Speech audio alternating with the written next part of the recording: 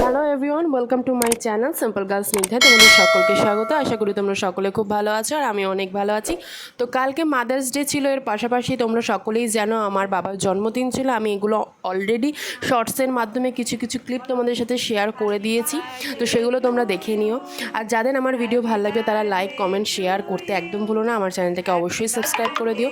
তো এবার আসি মেন পয়েন্টে।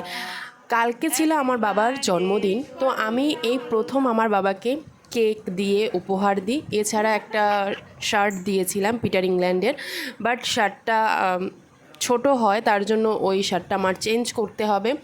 আর কাপড়টা একদমই ভালো আসেনি, সেটা আলাদা বিষয়। কিন্তু কালকে আমি প্রথম আমার বাবাকে একটু হাসতে দেখেছি, যেই হাসির কোণে একটু হলেও আনন্দের ছোঁয়া ছিল, যে না, আমার মেয়ে আমার জন্মদিনটা পালন করেছে। এর আগে আমার বাবা প্রতি সময় আমার মায়ের জন্মদিনের ক্ষেত্রে কেকের টাকাটা কিন্তু আমার বাবাই দেয়।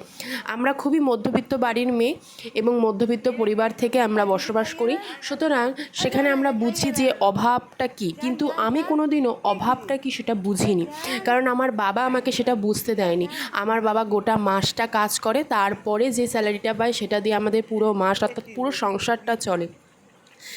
এটা হয়তো সবার কাছে খুবই একটা কমন বিষয় থাকবে, কিন্তু আমার কাছে এটা একদমই কমন নয়। কারণ একটা মানুষ সারা মাস কাজ করে যে কতটা কষ্ট করে, সেটা এখন আমি যত প্রফেশনের দিকে ঢুকছি তত আমি বুঝতে পারি যে সেটা তার কত কষ্টকর জীবন। কিন্তু তারপরেও তার বাড়ি ফিরে কোনো ক্লান্তির ছোঁয়া হয়তো একটু থাকে, কিন্তু সেভাবে সে প্রকাশ করে না যে সে ক্লান্ত।